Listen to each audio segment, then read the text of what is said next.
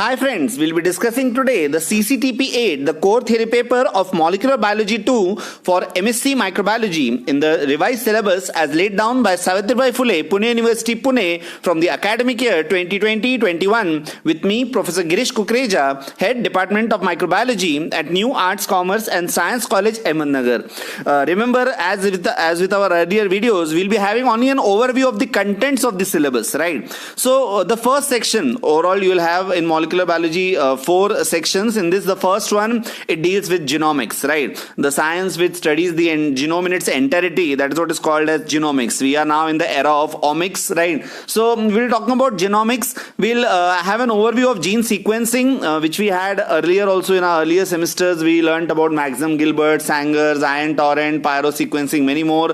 We'll see what is the concept of conserved genes, how they are conserved throughout evolution, and how we are going to target them, how we are going to find the base sequences which form these genes, right? After this, we'll focus in the same genomics about how we generate, how a cell generates many proteins from one gene, right? So the gene is the same and we generate many proteins from it. It may be through alternative gene expression, through DNA imprinting, right? Which happens like we have DNA methylation, we have a histone methylation. We'll be having an overview of the science of epigenetics, right? Where we are going to study the inheritable phenotypic traits which are altered even without the change in the DNA base sequence, right? So we'll be focusing on this DNA imprinting and this science of what is called as your epigenetics. So one step above genetics, literally talking about epigenetics, we say on top of genetics, right? So then after knowing these alternative gene expressions, we'll be going for understanding the variations. We'll understand the concept of SNPs, SNPs as it is called, the single nucleotide polymorphisms. We'll try to relate these SNPs and the diseases, the ways and means to detect them, what are the medical therapies for the same. We'll try to understand the concept of this SNP in both prokaryotes as well as eukaryotes, right, to have a better insight into it.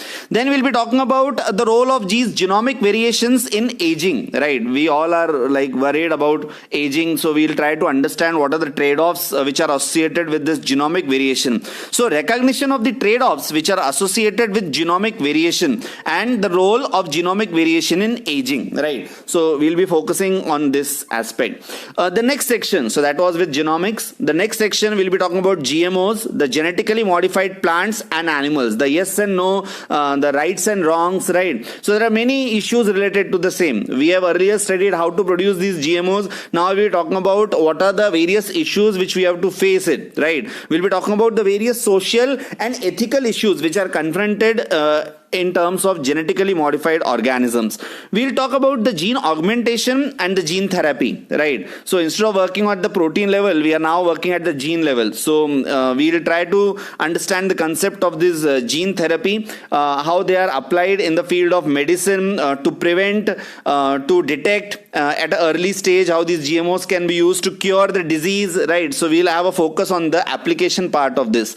We'll go for application of these transgenic plants and animals, right? So we have studied how they are prepared. The focus would be now on what are the various advantages and disadvantages, both, right? We know that every coin has two sides, right? So what are the advantages and what are the disadvantages of these transgenic plants as well as transgenic animals? So with this, we'll end the second section. Like first we saw genomics, second we saw the genetically modified plants and animals.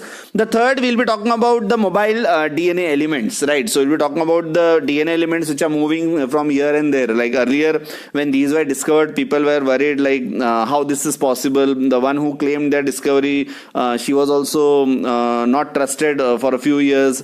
But then later on we accepted that there are certain elements in DNA which are really moving from one place to another. So mobile DNA elements, which we now call them as transposomal elements, we'll be talking about them in bacteria, the IS elements which we call, right? So we'll be talking about these bacterial IS elements, the composite transposons, the integrons, the replicative forms, the non-replicative transposons, and the mu transposition, right? Then we'll be talking about their control. So the control elements in DNA TN5 and TN10. So their transposition and control elements we'll be talking about. The two most studied transposons, we'll be talking about the transposons which are present in the maize and in the Drosophila. So more detailed overview of the transposons present in these two groups, that is the maize and the Drosophila. We'll also focus on the retrotransposition. So we'll be talking about the retroviruses, the concept of retrotransposon and the TY elements which are present in the yeast. Then we'll be talking about the signs and lines, the short interspersed nuclear elements or the long interspersed nuclear elements, and the ALU elements, the transpositive elements which are present in the human beings. So we'll be understanding what exactly these signs are, lines are, what are these ALU elements, what are they made of, what are they really doing in these genetic makeup. So we'll be talking about these various aspects of mobile DNA elements in that particular section.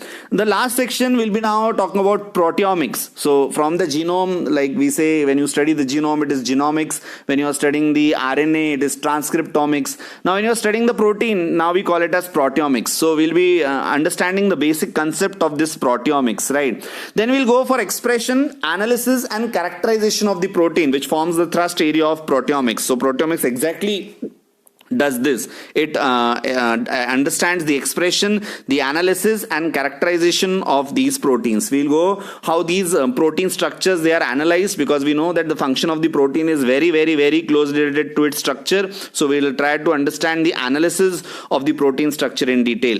How these proteins they interact with each other, that is also equally important. So we'll be talking about these interactions which are taking place in these particular proteins. These proteins, like many of which are enzymes inside the cell which are producing various metabolites. So now we are focusing on study of these metabolites which we the entire metabolite pool which is there, which we call as a metabolome, and study of that metabolome we call it as metabolomics. So we'll try to basically understand the concept of metabolomics. So from genomics, transcriptomics, proteomics, now we have come to metabolomics, and with examples we'll try to understand what this metabolomics is, and we'll have an overview of these global biochemical networks, right? So with this we'll be exploring this entire world of molecular biology. As I said, the 4 sections we'll be focusing on genomics, we'll be talking about the genetically modified plants and animals, the mobile DNA elements, transposons, and this particular concept of proteomics. So stay tuned with us for a detailed discussion of these sections with me, Professor Girish Kukreja, on this YouTube channel. Thank you.